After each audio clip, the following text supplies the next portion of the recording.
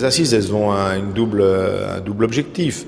D'abord, mieux faire connaître le CNAM, mais aussi faire en sorte que les différents partenaires du CNAM et le CNAM lui-même appréhendent mieux les besoins de formation d'un territoire, les besoins de formation d'une population. Peut-être avoir une vision prospective un peu plus éloignée, essayer de deviner ce que seront les enseignements de demain, en 2020-2025. Nous-mêmes, nous avons des difficultés à faire de la prospective dans nos propres métiers, mais il faut d'ores et déjà essayer d'adosser et d'asseoir un programme de formation en corollaire avec le devenir des professions et des professionnels. Le conseil régional a des attentes, bien entendu, mais aussi signifie qu'il est disposé à être un partenaire en région de l'action du CNAM. Le CNAM a déjà une place, et il a évidemment une place encore grandissante à prendre.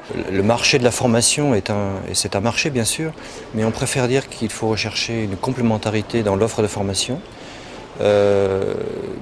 Et nous sommes en tant que financeurs attentifs à ce qu'il n'y ait pas de redondance dans l'offre de formation financée notamment sur fonds publics. C'est notre responsabilité.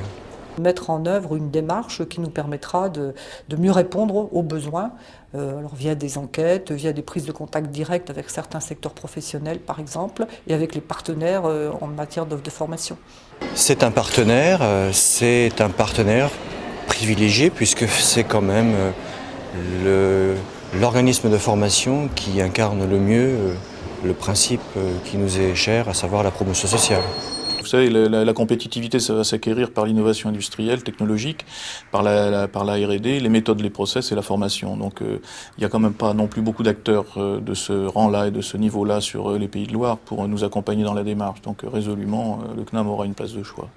Et peut-être aussi toujours renforcer ce lien avec la société civile qui est représentée par les professionnels au sein du CNAM, associer et permettre ce couple permanent entre universitaires, sachant les gens qui ont le savoir et les professionnels qui ont le savoir-faire. Le CNAM a toute une histoire, mais le CNAM il s'est modernisé ces dernières années et je dirais que les salariés ne le savent pas.